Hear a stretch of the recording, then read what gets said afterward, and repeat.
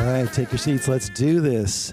For more than 30 years, Steven Sisler has been an innovator in the areas of people types, personality consultation, family relationship dynamics, and emotional intelligence. As a behavioral mastermind and personality expert, certified in both behavior and values analysis, Steve is a frequent guest on world-class podcasts totaling over 2 million downloads. Steve is making a difference around the world. Steve has consulted on personality difference with over 100 dot-com companies in 18 countries and has lectured at the EO Entrepreneurial Master's Program at MIT for the last 6 years and has spoken over 4,000 times in his career. Steve is currently working with his partner, Zeke Lopez, on a multi-year project creating improved behavioral and motivational assessment tools, easy for you to say, based upon the Aristos personality model, which will integrate both behavioral and motivational factors into one cohesive framework. Today's talk will give you a brief overview of how mastering behavioral analysis will ensure a thriving consulting career, a voice to the masses, and a lucrative income. Here's Steven.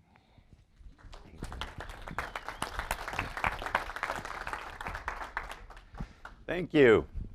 So anyway, really good to be here. Really excited about this morning. This is my passion. This isn't what I do. This is who I am.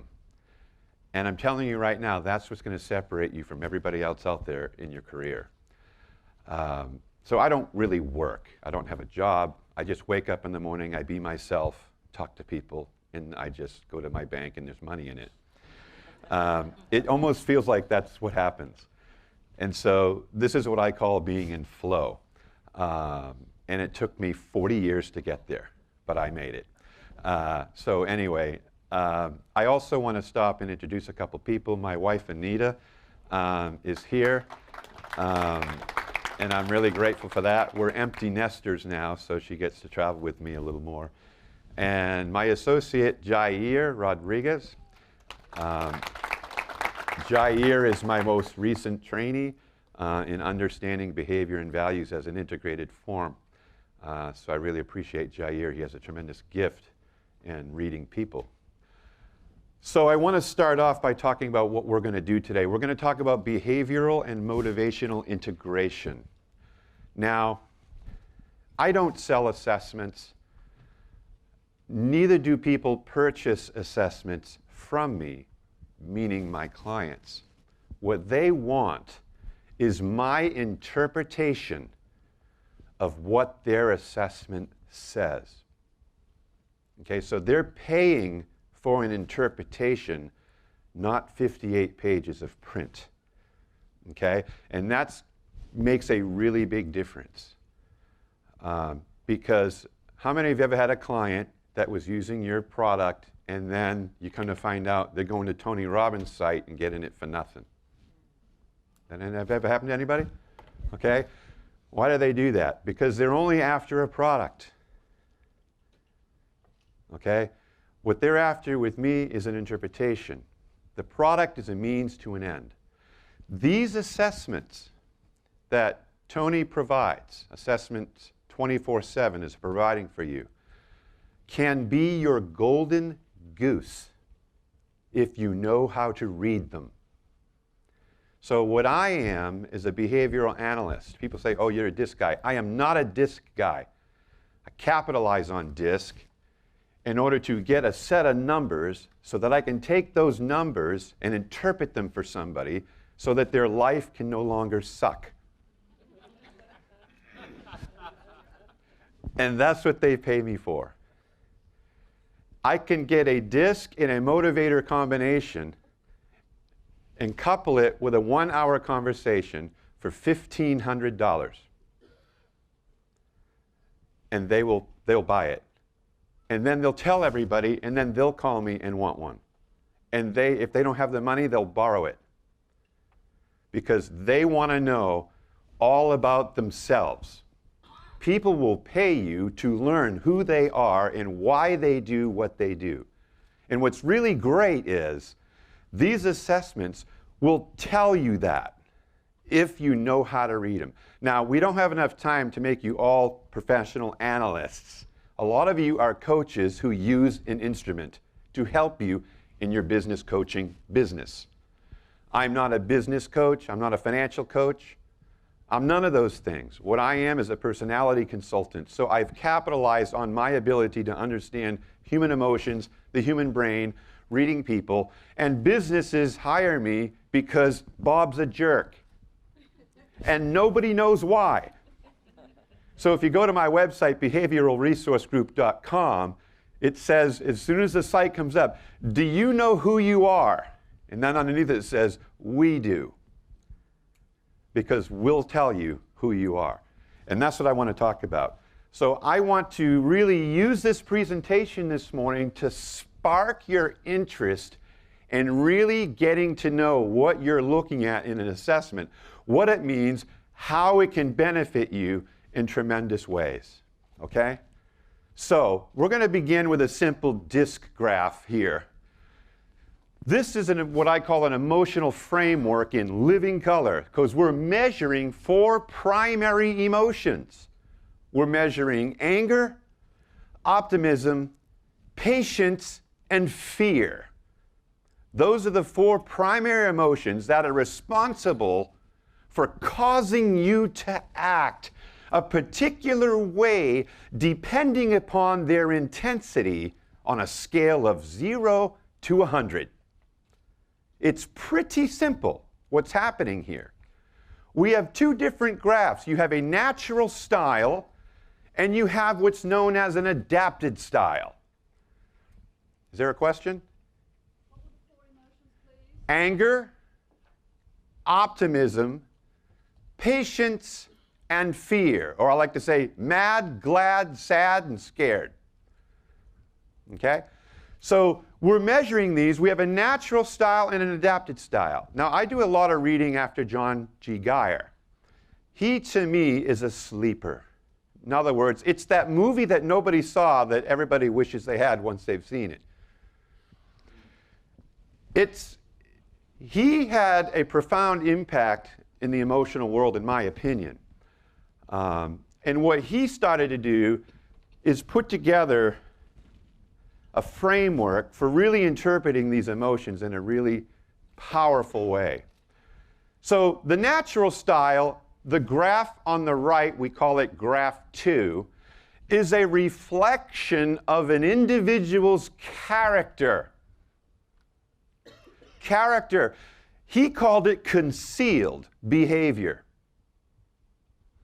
Concealed behavior. It's what you do without thinking. It's largely, if not completely, unconscious. It's not something you think about. It's just what you do. How does character happen? Did you know your character changes? It's fluid. And it largely changes with society. What society approves of, people will do more often. And I tell people all the time, well, you're within the norm zone or you're normal. And they're like, oh, what is normal but the setting on a dryer? They love throwing that around like they're a scientist. And I say, let me tell you what normal is. It's what 7 out of 10 people are doing in your life. And if you're outside of that, you're abnormal. Is that bad? No. It just means you're not in the norm. That's it. You're not in the norm. So when you're outside of a norm, then things begin to matter more than they do if you're in it. And we'll look at that when we get to the values frame set. So here we got this natural style, which is a reflection of your character base. Your character base is fluid, which means it changes. Character is a representation, is what your brain does in an effort to succeed and survive the environments it finds itself in over the years, beginning with your home life. So when you're born, you come into typically a family. For the first 14 years, roughly to the going to high school mark, you've got an environment that your brain has got to negotiate in an effort to succeed and survive that environment. So depending upon what kind of parental body you have that are watching over you, how often do they hold you? Do they touch you? Do they talk to you? Do they slap you? Do they abandon you? What's going on in that environment? And whatever it is, both negative and positive, your brain's going to negotiate it somehow in an effort to succeed or survive. Because although we are animals, we're higher animals. Okay? But we are animals. And we say, you know, my brain, like there's you and then your brain. My brain hurts. I've got to change my thinking. Did you know you are your brain? This is news to some people. An animal looks at the world and sees things, and then it comes to two questions: approach or avoid. That's it. That's it, approach or avoid. How many have ever seen a white-tailed deer eating in the wild? He hears a noise, smells an uncertain smell. What's it doing? It's trying to identify the enemy. The difference. Why? Because from the time the deer is born, everything around it is trying to kill it. So it has developed an extrasensory perception about danger. Approach or avoid.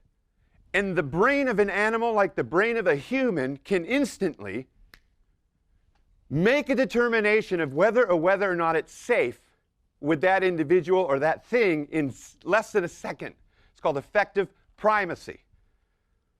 Effective primacy is when your brain makes a judgment call based upon what it thinks it knows and then acts like it's the truth. Here's how it happens. You're walking through your grass. Your grass maybe is a little bit tall. You see a garden hose kind of nestled in there, and you go, that's your limbic system trying to keep you alive. Snake. That's the first thing that happens to us, is our limbic system kicks in as a survival mechanism known as the lizard or the old brain to keep us alive. It kicks in, we see, oh my God, and then all of a sudden our rational mind takes over, which the lower animals do not do. They do not have the frontal neocortex like we do. So how many have ever seen the videos on YouTube where a cat is eating and they place a cucumber behind it? So you go into Google, not while I'm talking, but later, you go into Google and you just type in cucumber cat. Okay? YouTube. All right? Well, the cat will be eating. They gently place a cucumber behind the cat and they step away. The cat's just minding its own business. It's eating, turns around, sees the cucumber, jumps 3 feet in the air. And it will do this every single time. The cat doesn't do like we would do, go, oh, wait a second, this is the old cucumber trick again. Like, cats don't do that because they don't reason. They just approach or avoid. That's unrecognizable. It looks odd, and how did it get here? So we've got problems. And then the cat acts accordingly based upon its limbic system. So we have a limbic system, and we have a rational mind. And did you know we can look at a disk graph and see, are you operating more out of your limbic system or more out of your rational brain? So now I know something about you. You make decisions based upon what you feel. This individual makes decisions based upon what they know. So some people see garden hose first, other people see snake. The people that see snake take more chances than the people that see garden hose. So there's all these different mechanisms that will play into human behavior based upon the level of intensity that our emotions are coming in at. So our brain's negotiating environment after environment. So you got the home environment, then you've got school. What if you sit next to a bully and you think the teacher doesn't like you? For 4 years. So your brain's now negotiating this environment apart from that environment which is why our children, they're one way at home, they go to school, they're another way because their brain has to recalibrate, negotiate that environment. Then they get a job, and then they got to renegotiate that environment. Their brain's recalibrating again. And by the time you're 30, your brain's going, all right, here's what we're going to do. And then it settles on a way of acting in the world that makes the most sense. And that's your natural style. It's your favorite pair of shoes. Now, I love these boots.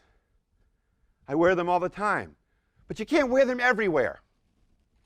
So if I'm going hiking and I want to break an ankle, I'll wear these. Okay? So these are my favorite pair of shoes that I own, boots. Okay? But I have to pick and choose. If it's up to me, I'll wear them. But if the environment or whatever's changing, I can't. That's what your behavior does. Your behavior has its favorite way of being. But there's a caveat. Sometimes that behavior doesn't work in particular environments. So we, because we're negotiators in our brain, we make a determination, and depending upon the level of emotional intelligence you have, you'll make a good one, or you won't.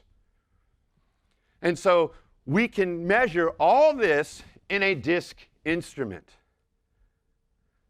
I had a client up in Newfoundland call me, and I worked with him, some of his company. I went out and spoke there for them. Just different things were happening, and then he said, listen, I'm in a relationship. It's been several years. I don't know, I'm ready to think I'm about pulling the trigger on this, getting married. I'd like her to go through your assessment in an effort to see what's going on in there. Because he knew that I would know her better than her parents if I could look at the numbers. So I said, sure. So we ran the assessment. I was going to have a scheduled talk with her, which was a couple days out, but he called me before that and said, I want to know what you see. And he said, she already knows I'm talking with you. It's open here, but I want to know what you see. So I haven't even looked at it yet. So I went and I found the folder, his company folder, went in there, found the last name, clicked it, pulled it up on the screen, looked at it and said, okay, here's what I'm looking at. Her emotions lead me to believe.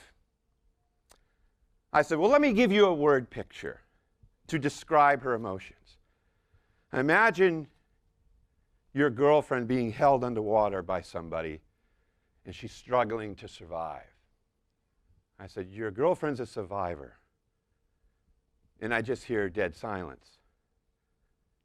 And he said, that's interesting. I said, what's interesting about it? When she was 15, somebody tried to drown her. And they held her underwater. And she couldn't breathe. It has led to drug abuse, depression, and all these different things. How in the hell did you see that? And I looked at him and said, I don't know. That's the picture I got when I saw this here, this here, this here, this here, this here. Now, imagine getting a CEO on the line. How do I get work? I tell the CEO to profile the closest person to him and let me read it to him. I had an individual say, I said, listen, let me work with your company. Let me help you. He goes, dude, listen, I just spent $40,000 on a Dale Carnegie course. $40,000. And you know who come home with the plaque and the trophy? My worst employee. He played the system. He's the worst. He's worse now than he was before the events. We get some government grants. We pooled our money together. We're like, we're going to go do this. It's going to change all our project managers. We're going to take over the world. And it was like awful. And I said, well, let me do this. Let me just profile you and your wife and give you a 30-minute conversation. And then you decide whether or not you think I can help you and your employees. He said, fair enough. So we did the profiles. Profiles came back, got him on the phone. I said, here's what's going on. Oh boy. You have a son? Yeah. Let me tell you how this goes down. I said, your wife tells your son, here's how it's going to be. It's either holiness or it's holy smoke. He's like, you got that right.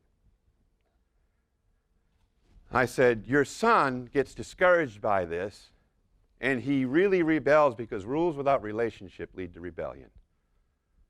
Yeah? I said, but you think you're fixing it. Because when you guys walk out of that house, after she lowers the hammer, you get in the truck, you put your hand on your son's left knee and say, you know how your mother is. He goes, you're hired. I just told him how he corrects his kid. And it was absolutely correct. And he told me, they called me up one time and said, he's crazy, he's out of control, the son, he's out of control. Took an $80,000 car, was going 80 miles an hour, crashed it, totaled it. All these crazy things. I said, don't worry, he's going to be highly successful if he lives. And he has lived, and he is successful. And that was 10 years ago.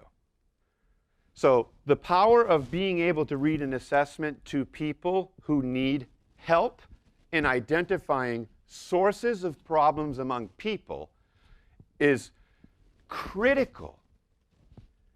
It's not optional. It's essential. And when you can read something like this, so we got this concealed behavior here, our unconscious character, then we've got an adapted style. What does that mean? It means this is what Geyer referred to as intended behavior. In other words, here's how I am, but in this situation currently, I believe, as this brain, I need to do this in an effort to succeed and survive this particular environment. So this behavior here is on purpose. So I believe I need to make these changes in an effort to succeed and survive in whatever environment you're looking at. Now, there are orientations that come with behavior, with emotions. So the anger emotion has an orientation known as taking. People that have a high anger emotion, and I mean high, I mean above the energy line, which means when it's above the energy line, it's in play. If it's below the energy line, it's not in play, it's dormant, but it's there, it's not being capitalized on, for whatever reason. So the taking emotion is the brain that believes that whatsoever I desire lies outside myself, and if I want it, I got to go take it by force, or I won't be able to get it. Donald Trump. I'm just going to do it. So Donald Trump is a doer, not a thinker. Does that mean he's stupid? No, it means he looks like it.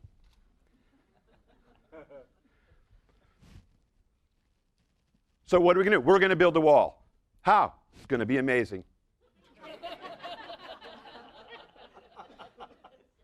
Why does he do that? Because he doesn't know how. Nor really, in all reality, does he need to. He doesn't need to know how, but the American people are like, oh my God, he's a moron. Okay? So we've got to be careful. You've got to look at people based upon behavior, emotions, orientations, and things of this sort, or you will misinterpret things really quick. So that's the taking emotion. Everything becomes a means to an end with that style. So if you're talking to one of these people, and you're like, man, I really had a hard time getting a job, man. They're outsourced. They're all outsourced.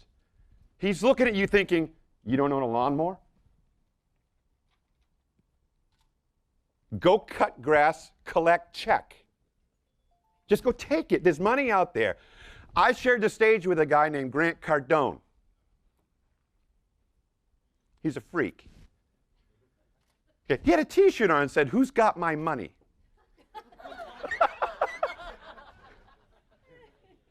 He's a taker. That's my money. I'm coming over tonight to get it.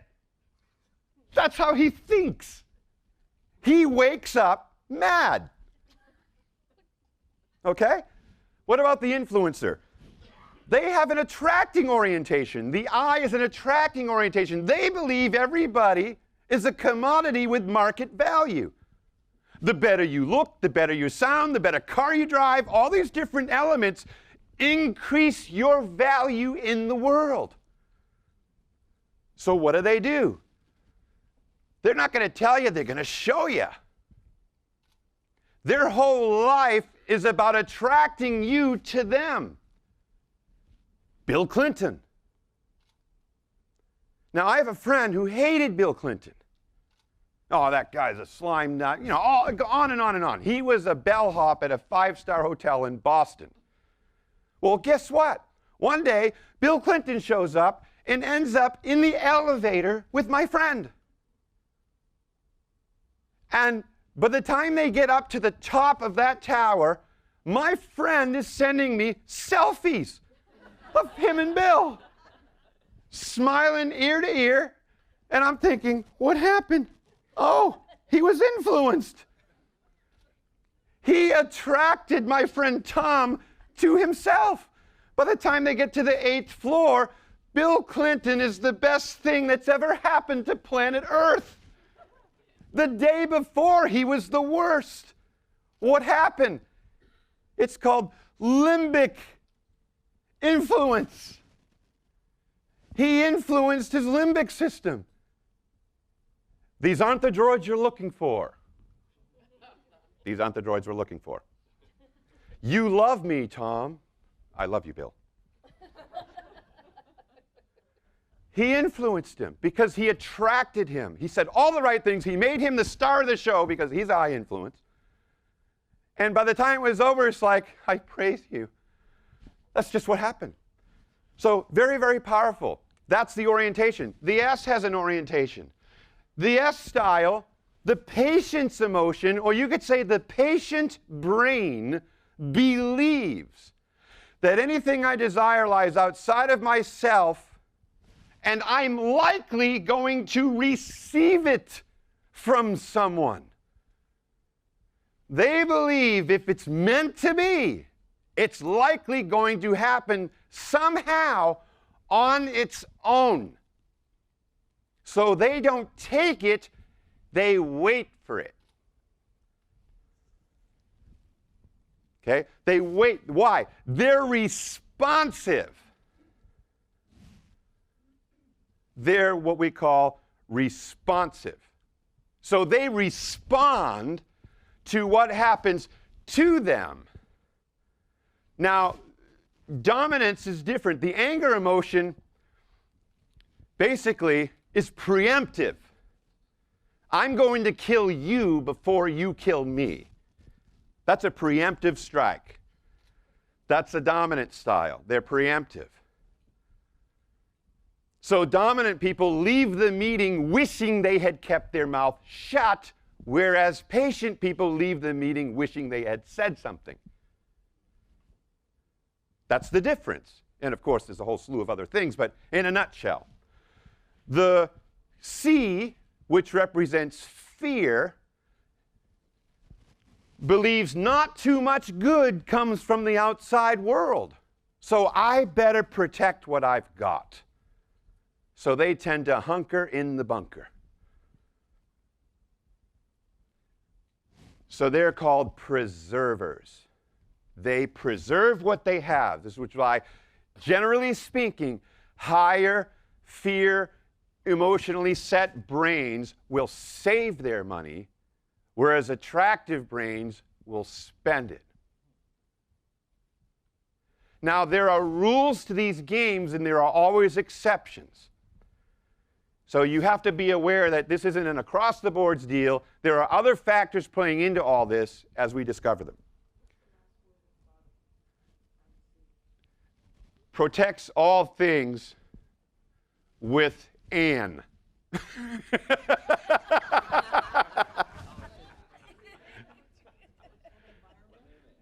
Okay?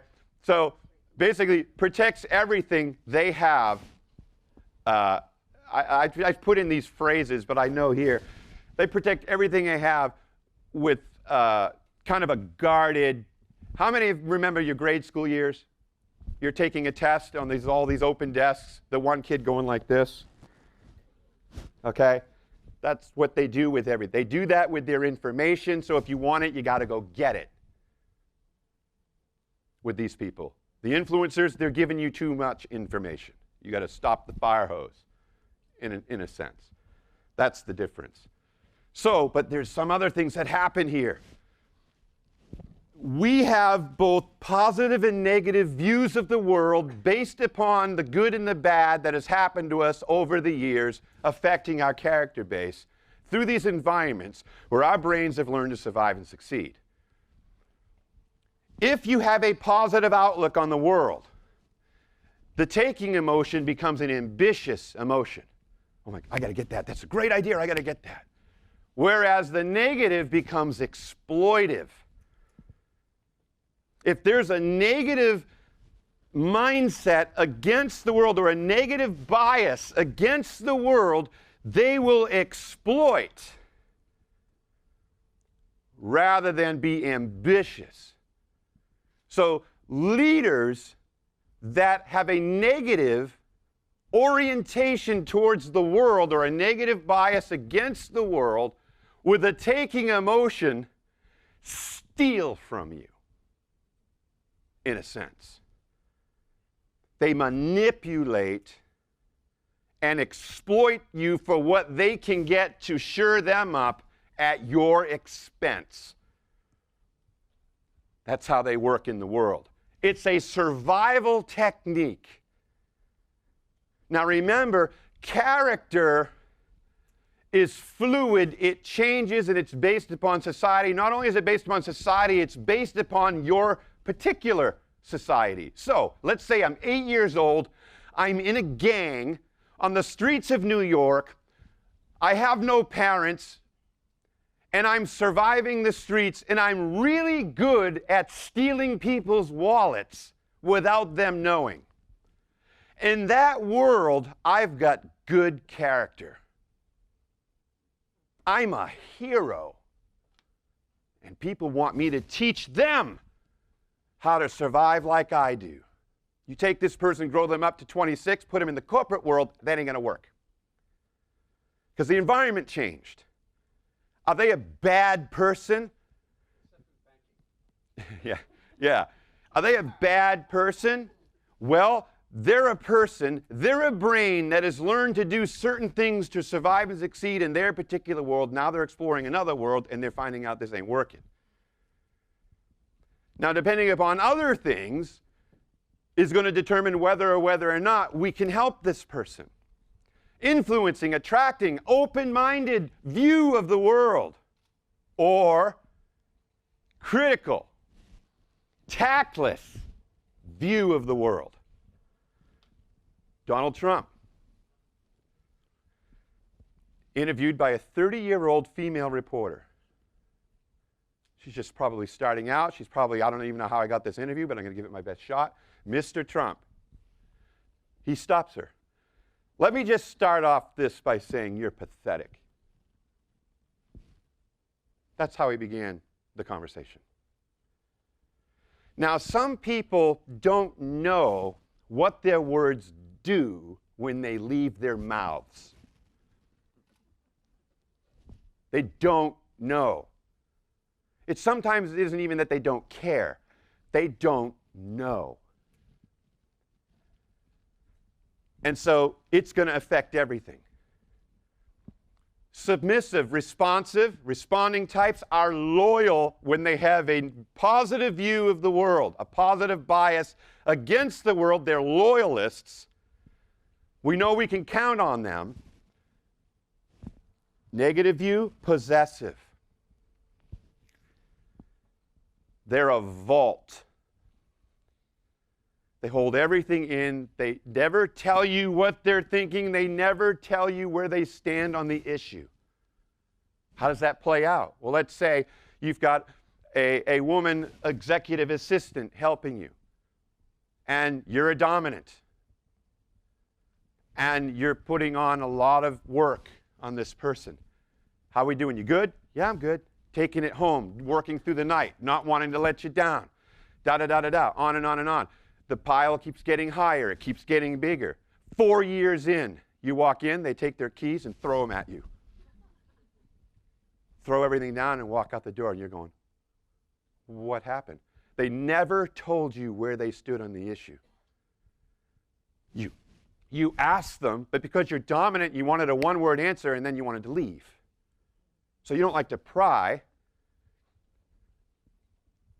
And they never had an opportunity to really express what they were feeling negatively in the world you create around them, and you never gave them a chance. And then it falls apart.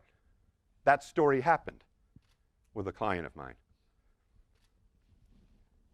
Conscientious, preserving attitude, orientation, cautious in the world, negative view of the world, anxious. Anxious. Fear. This is the fear emotion. Every time high fear brains enter the world, they're not entering the soccer field like the influencers and the dominant styles. They're entering a minefield. They don't play on a soccer field, they play on a minefield. You don't walk like this through a minefield. You walk like this. Shh. I think I heard something. What's that? Was that there yesterday? I can't move. That's what happens. Okay? So understanding the traits is paramount. Taking, attracting, responding, preserving. Now, overextensions, underextensions. When you get higher, these orientations solidify. They petrify like petrified wood. You can't whittle it. You're stuck with the shape you've got. When a client calls me, is this person going to change? No, next. I call it change or exchange. Don't delay the inevitable. I had a guy, client, he said, called me up, Steve, I've got Mike here, VP. Hi, Mike. Hi, Steve. Got you on conference. Great. I need you to look up a profile. His name is Brandon. Not that Brandon. I looked up the profile. Yeah, I got Brandon on here. What's going on? I said, well, let me ask you this question. Is there anybody left in his department? And they said, yeah, one.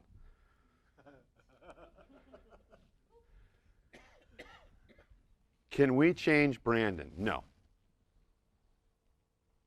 Well, that was quick. No, it was true.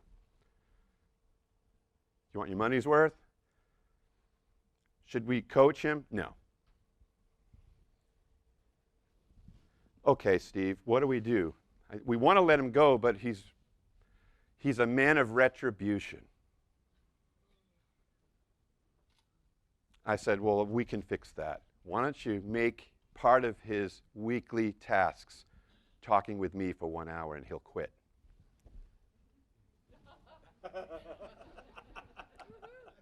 I had one session. The following week, he quit.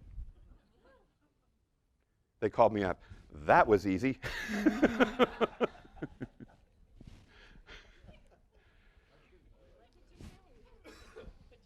Oh, here, the first session, I actually went there. And here he was the whole time. Never said a word, just stared at me. I said, well, we'll see you the same time next week, Brandon. Got up, walked out. Not a chance. But we already knew that. So you could see what happens with these emotional overextensions. I want to show you something that's interesting. And again, we can't teach you how to read these today, but we can prove to you that it can be done. And if you want to better your understanding of these things, it'll change not only your life, your business, and the people you do business with. Okay? I don't use assessments in my business. My business is the assessment. Okay? It is the tool. Because that's how I garner the information, which are basically 11 numbers. That's it. I don't read this report. I just look at 35, 61, 22, da-da-da. That's it. Just look at the numbers. Here's the deal. Everybody in this room can do that on some level. And to the greater degree that you can do that, the greater degree you're like, can't wait to pay Tony.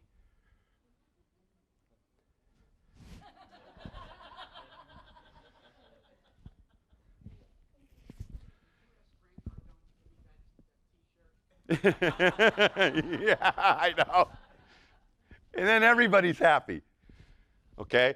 So you could see here, we've got one of these lines up here, up in a critical position. Okay? We got a lower dominance, so anger is not in play, so we've got hesitancy. And then we've got up here in the S line, resistant, phlegmatic, masked. Did you know a low D is a high S? So now we've got two S's. Not one, two. So we've got two S's here. So now we've got careful, dependent, cautious. Up here, influence, low. Did you know a low I is a high C? Now we've got two C's. So what is this graph? SSCC. What does that mean? Oh my gosh.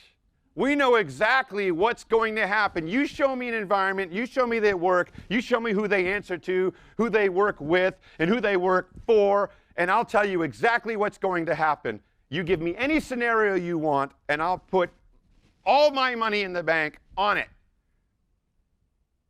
It's that accurate. And so what you've got here is suspicion. This is the difference between a past and a future brain. If you have a future brain, your brain looks forward, not backward, which is why high I's don't learn from their mistakes. Because they never visit the past. It's negative. They visit the future. Because it's positive. I get to say that because it hasn't happened yet. So I'm going to call it as I see it. That's a future brain. Dominant brains, same thing. Dominant influencing brain, double. So the future brain does this. Somebody comes to me and says, hey, Steve, you want to go to the beach Friday? And I'm like, yeah. Future. Right? I don't go to the past and look at appointments I might have already made.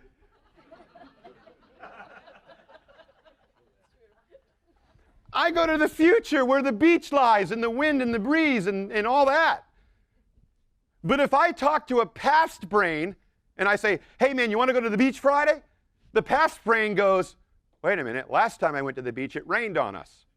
So let me check the weather and my calendar, and I'll get back to you. And then the future brain's going, why are you raining on my parade? And the past brain's going, I learned from my mistakes, you don't.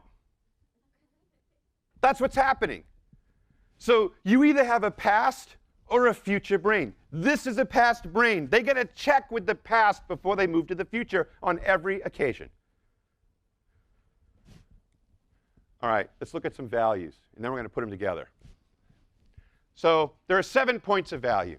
And Jennifer, who did a ridiculously amazing job yesterday going over this, really proud of you, Jen, to help you understand how these things work. So I'm not going to do it again.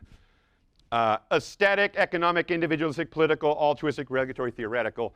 So you understand what those means, but here's some things you might not understand. There's something known as tension reduction.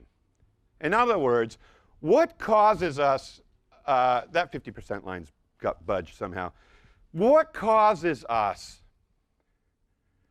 to want to have or to desire or to value something in the world? Eliminating the tension our brains experience when we fail to meet the needs we created by conditioning. Do you know values are learned in accordance with a multitude of things, including society? And so, high theoretical here. I have a need to know. I need to know. So if I'm higher with this theoretical mindset, which is a learned value, my brain has learned over time that when I know the answer, it feels good. So if I'm talking with a high theoretical and I say, here's what we need to do. It's a little bit different than you're probably used to, but it looks like this, and they say, well, why are we doing that? And I say, just trust me. Their brain starts to go, yeah. They're feeling the tension. So to get the answer isn't because they want to know the answer, it's to relieve the tension. Our brains are about relieving the tension that is caused by living in the world. Living on this plane where there are two opposing forces. It's called living in separate and shared existence. We're sharing this room. Some of you are sharing a pen. We share the restaurant. We share a car ride. We share the remote at home. If you're married, you're sharing a bed, hopefully. Okay? We got all these sharing. You can't stop sharing the world with other people. So we have this shared existence. But you are your brain. You can only change your own mind. So you have a separate existence, which includes, what do I want for me in the world? What does my brain desire? What have I learned works for me? What do I like to do? And typically, meaning more often than not, behavioral difference takes place in a marital relationship where dominant people tend to marry patient people. Okay? As a rule, that happened with me and my wife. She's a patient. I'm a dominant. So when it's time to go, I'm like, it's time to go. And then I turn around and it's like towel on, hair going, oh, wait, what?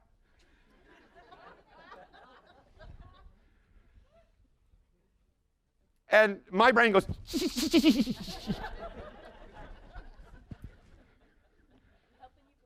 helping me grow. Listen, we've been married 32 years. And this morning, I'm in the elevator holding the door like this for 4 minutes.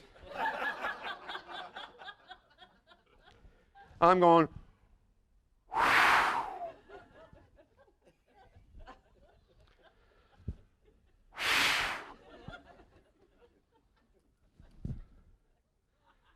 we have a ritual of going to Dunkin' Donuts.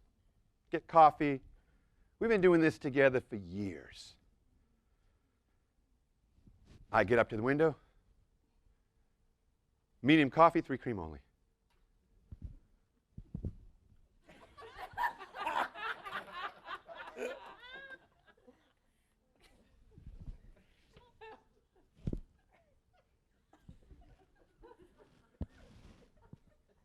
Can I get goat cheese on the vegan bagel minus the bagel?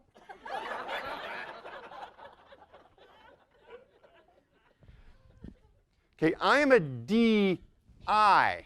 So I'm thinking, they're going to hate us. They're going to hate us.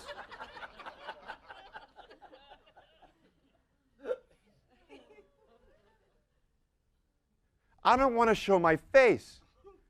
I get up there, here's your money. You see, I have a drive, like, get in, get out, or get run over.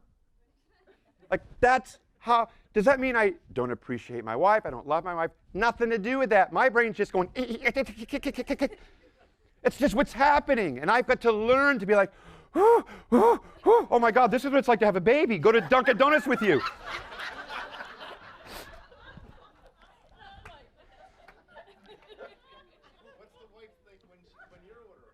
Yeah, I don't know. She never tells me where she stands on an issue.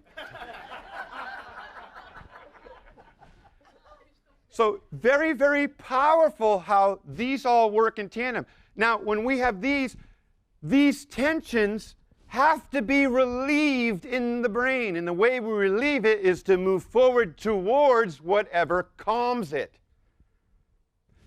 And this amazing chart reveals what calms. It reveals it. High political. What does that mean? Well, how about this? Well, wait a minute. How high are we? Oh, we're above 85. Let me change it. I need to control my space, my environment. I need authority equal to or greater than my responsibilities. Okay? How does that work? I want a wife. I found a good one. I need a wife. I'll marry anyone. Your decisions start falling apart the greater your emotional needs become. That's why if you're an emotional decision maker with a need orientation, then we've got specific issues that we're likely going to have to deal with. Now, here's another thing. Here's something I've noticed over the last 5 years. DISC is becoming politically correct. Okay. One of the things that separates me from a lot of consultants is I'm not. So when I look at a graph and the guy's like, well, what do you see about me? I said, dude, you got 2 speeds, slow and stop. That's what it sounds like on the other end. Nothing. How are we doing so far?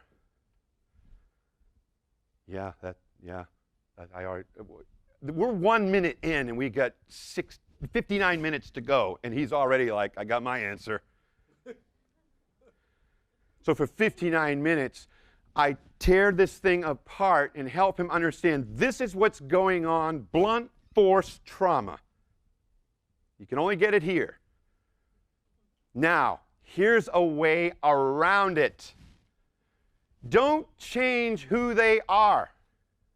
Help them embrace it. If you're a tomato, find a salad. But I want to be in that toolbox like so-and-so. I want to have a high D like Johnny. No. No, that's not in your card deck. How many have a car with a battery? You open up the hood every morning and go, negative, positive. Just get rid of that negative. Get out a hammer and break the negative post off. Batteries all positive. This car's going to fly. It doesn't even start. Why? Because it's your negatives and your positives working together that will create any success you will ever experience. And you better get a hold of it. Because too many people are trying to coach people out of their own personality into their own. You will never help a soul that way. You convince them of who they are and get them to love it. And then help them find something or figure out a way to work with what they've got. Because they're already good at that. And that's what I do. Do you know I have some clients that all I do is help them make the best decision out of the set of worst decisions they've come up with for me. I'll say it right to them. Okay, you know this is bad. Well, what do you mean? This is stupid. I mean, you had to have been on crack when you thought of this. Well, da-da-da. Okay, so here's what I'm going to do. I'm going to help you out of the very poor decisions you've put on my plate here, help you make the best one of these. We good? Yeah, we're good. I've been consulting with this guy for 8 years. Like he pays me like on a retainer to help him navigate terrible decisions in the best way possible.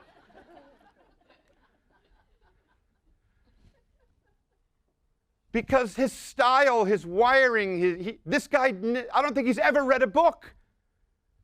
But he's got one of the most successful companies in New York City within a certain genre. He doesn't know why. But you see, we've got to pinpoint, where are you? What's going on? How can I meet your needs? How can I help you? And you can only do that by dealing with what actually is. Not what you think it should be or what it better sounds like this. No, I say, no, you've got this going on, and here's what can be done about it. So these really are about lessening tensions. So extended scores. This will be in the new one coming out. They're going to be on there. You're going to see them. So if you're in one, you're going to know. And then what will that mean? So we've got differing, and this is doing thousands of these with thousands of conversations, intuition, and then Zeke's amazing brain. And we're coming up with these things to help people understand how this works. So there's also a word sketch for values. Okay? So it's just so powerful. Now, if you look at this, I want to just point one thing out, and when I move on to some things to help you here. Okay, individualistic, subordinate at the bottom, autonomous at the top. But then we got this accommodating. Okay, we all understand what accommodating means. Oh, I'm sorry, you go first. No, you. Okay, we understand how accommodation works. But when you look over here, you get self-important in political and suspicious of others in altruism and narrow-minded. How on God's green earth is this person going to be accommodating? Now, you got to think. What does it mean when it's up here? Self-reliant, independent, autonomous. Okay? Think about the disc chart. Think about a high dominant style, maybe with a little influence, and we've got this autonomous, let me do it my way, yada, yada, yada, taking place. And then it moves down to here. So we've got kind of star of their own show here. And then, I don't need to be the star. When you've got, I don't need to be the star with a very strong personality type, the deep V right here, you've got confidence, which scares people. I don't need your help.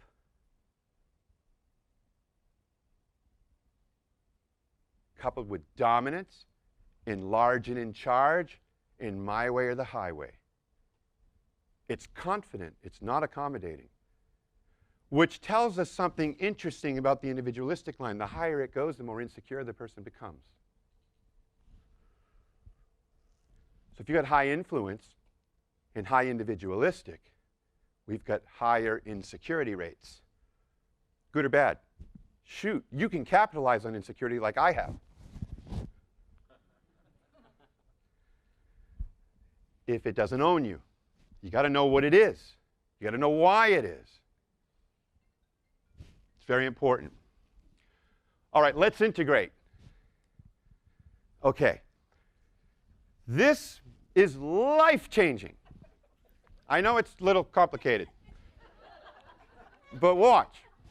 Okay, what do we got here? We got a high I. I got here the I triangle. Within this I triangle, there's three main fears. Number one, fear of not being liked, fear of failure, and fear of being misunderstood or misrepresented by another party.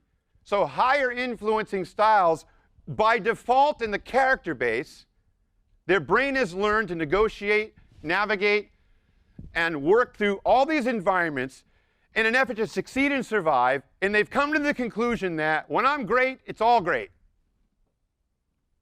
When it's not great, it's not great. So I have this innate, built-in need to not fail, to be liked by everybody, and for everybody to understand exactly where I'm coming from in a conversation.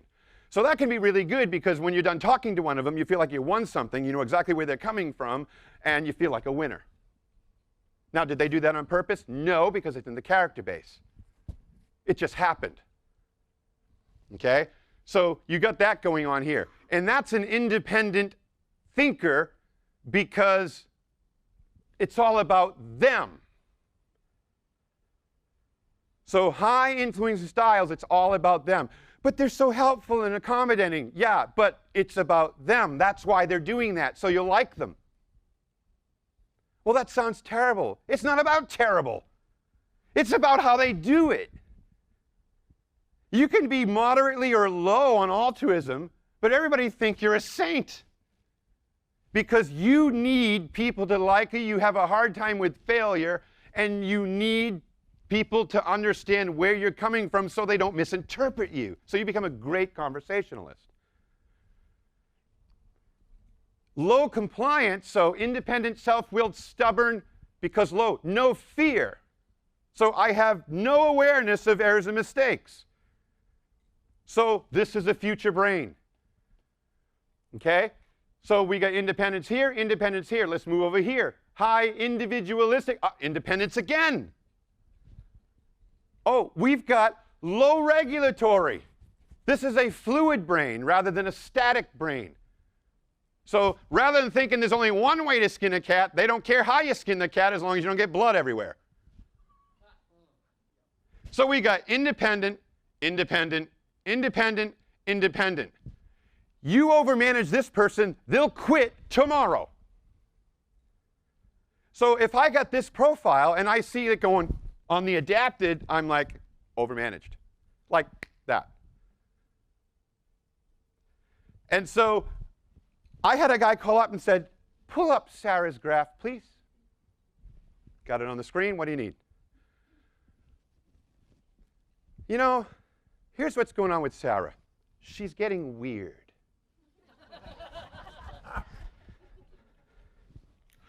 Okay, tell me what's weird. Well, yesterday, she didn't come in at all.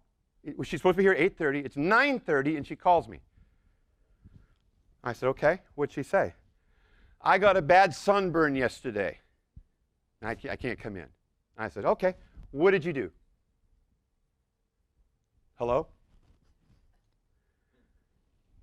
Well, let me rephrase that. What did you say, Angie? Her name was Angie. What did you say, Angie? Well, I told her I hope she feels better.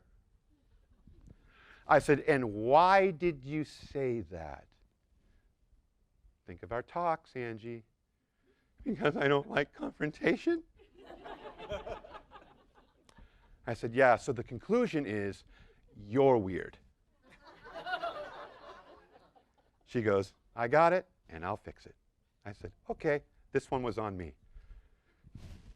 And it was. You got to give people value, you know, in and out the experience they have with you. I mean, it took me 2 minutes. But she was like, I love that guy. Why? Because I told her the truth. Just raw. That's really what humans want. They want to know what's wrong. Okay, what else we got? Oh, look at this. This is known as the me-me conflict. Controlling. Okay, I need to control my own space. I need to control my own destiny. And because it's a little overextended, I need to control the destiny of anybody else within my sphere who's going to be co-responsible for my destiny, meaning everybody else in the sales team that's trying to help me reach this goal. So not only do I need to control myself, I got to control you if you have an effect on my destiny. But I'm not a taking orientation, so I want control, but I never take it. Now what? We got a me-me conflict. So what do? They run to Mr. Influence. It's their bag of tricks. So they try to become more attractive. They will use emotional appeals to get you to give up on what your agenda is and side with theirs. And if they can't do it, they sulk. Because they have an impossible time of trying to take control. They only want it. Their whole life is a wish. And you got them running 10 people. Think about the repercussions. Safety, it's in play. What else is in this line? Helping.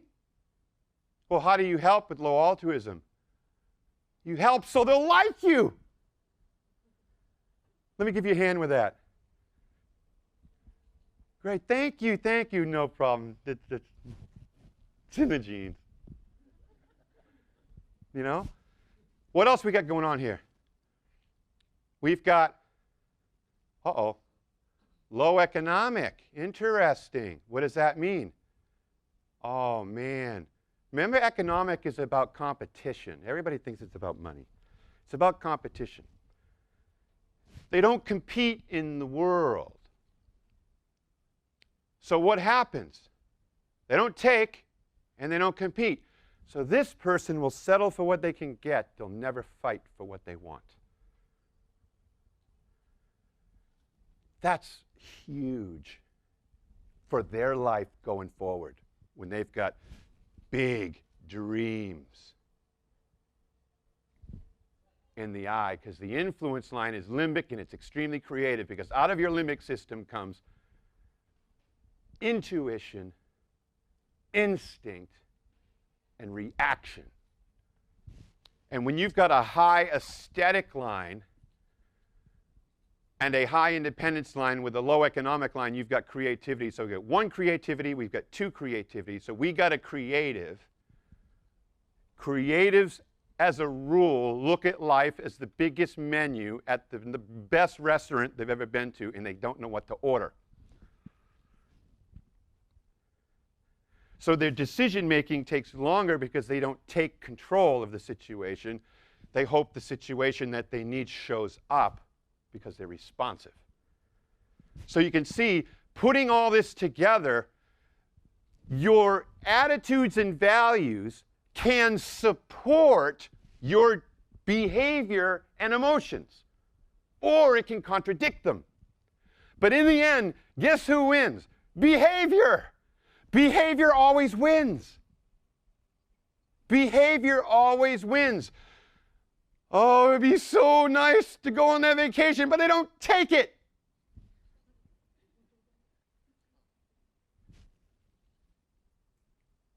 Maybe that family will ask us to come along.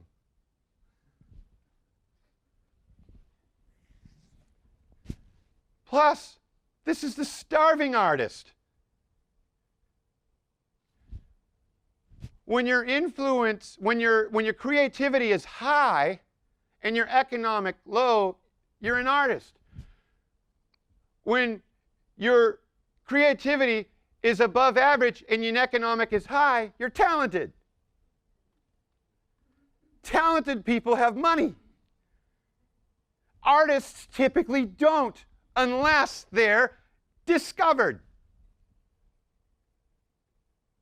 So how do you get discovered? Well, these people just wait for it. So you could see how all this is happening. Okay, let's look at this one. Okay, we got Attila the Hun. Okay, the deep V right here. Boom, boom. Because heart and mouth, head and hands. Give me a hammer. Not that one.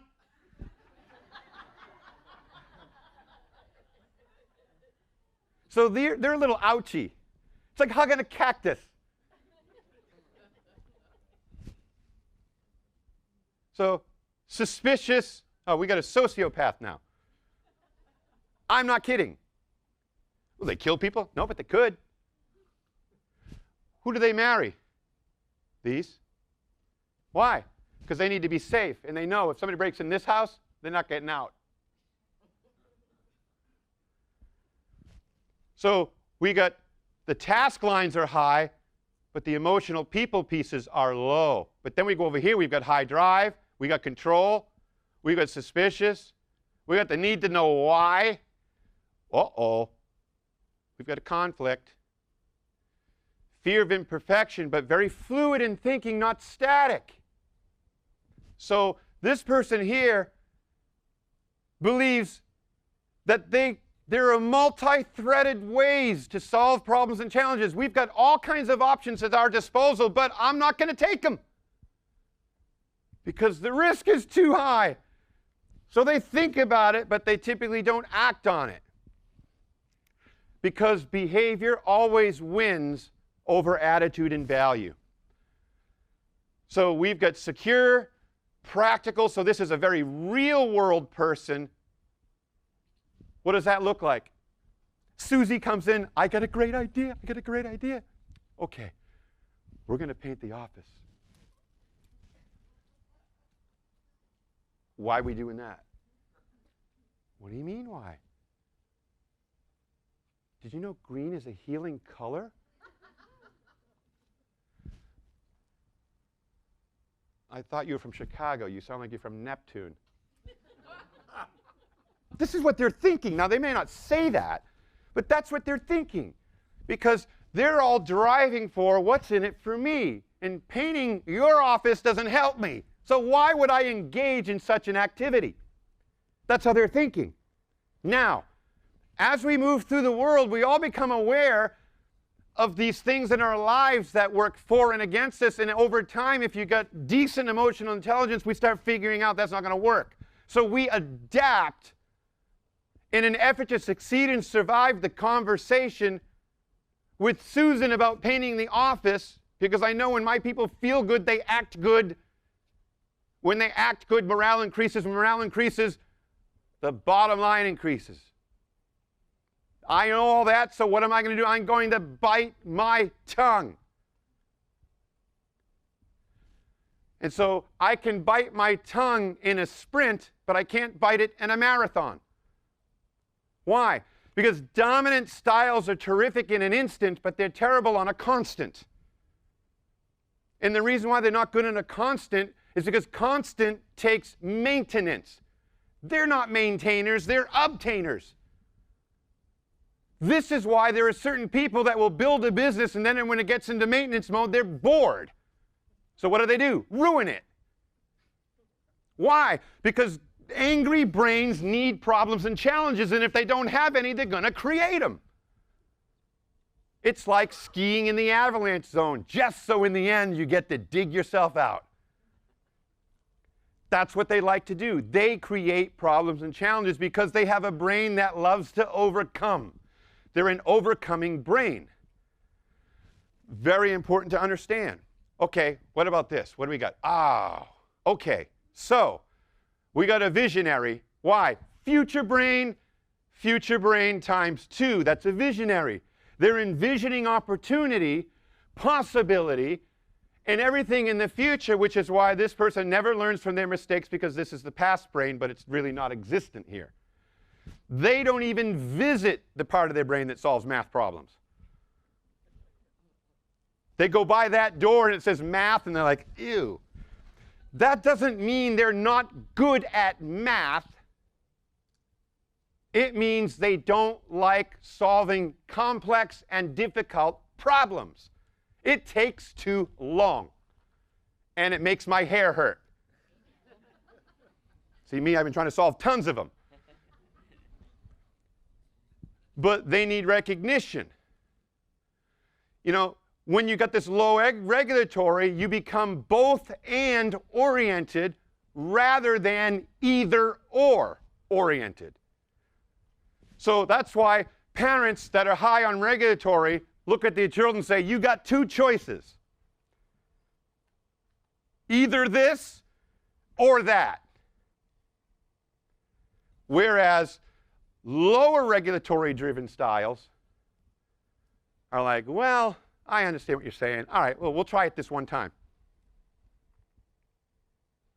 They're more open. All right, let's look at something else.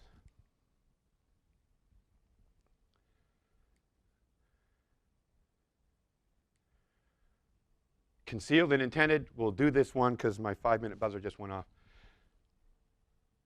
Okay, so, how many have ever seen this? That's the dog you're not sure you can pet.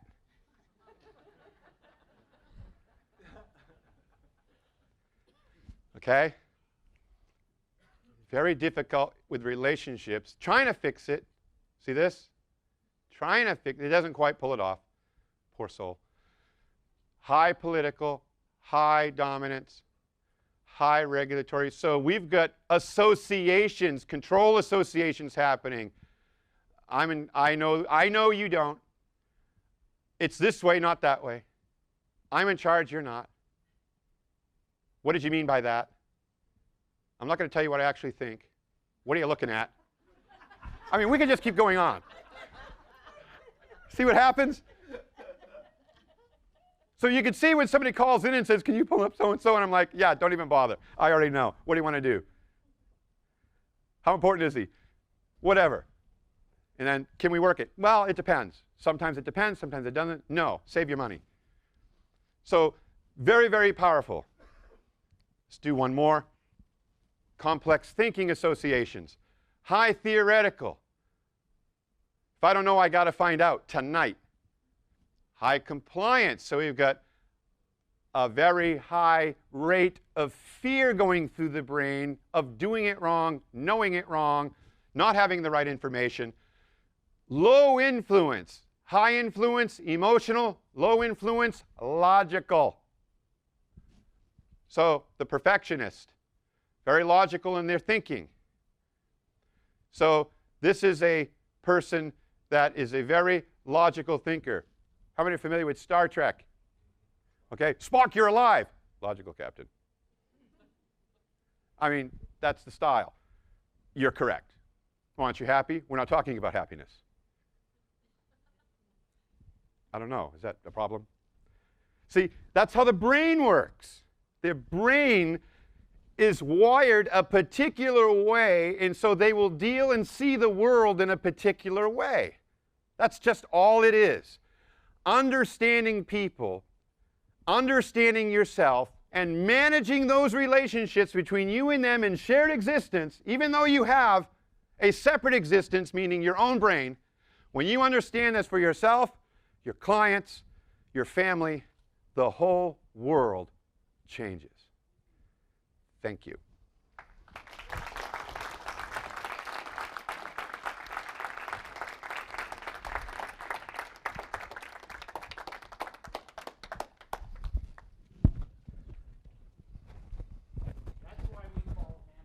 Whisperer.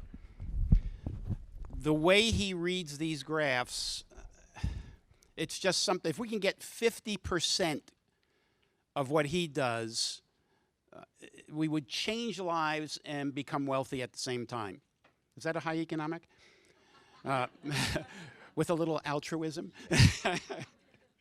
I asked Steve to bring his newest book, and they're on the back table there. If you want a copy, they're $20 each, so you can buy one. I bought mine on Amazon. I hope you get some money from that. But his new book really gets into this, and some of the slides you were showing, especially the word sketch for the motivators, is actually going to be in the new assessment called Motivators Plus, which has been a lengthy process, a very in-depth process, really with Steve's intuitive knowledge of this and Zeke's statistical analysis. What Zeke has done over the last, over a year, Zeke, has really been trying to take out of Steve's brain what he does with this and statistically put it into a format that all of us can actually access and use. Right now, we have an independent disc. We have an independent motivators, and it takes somebody with his skill to put the two together. What Steve and Zeke have done is actually put this into, well, the Motivators Plus is just really taking it to another level. Eventually, they are getting to an actual fully integrated, not combined, but integrated DISC and Motivators report. Nobody in this country, I don't know if I can say the world, can I, Zeke, has something as sophisticated as this. Not, okay.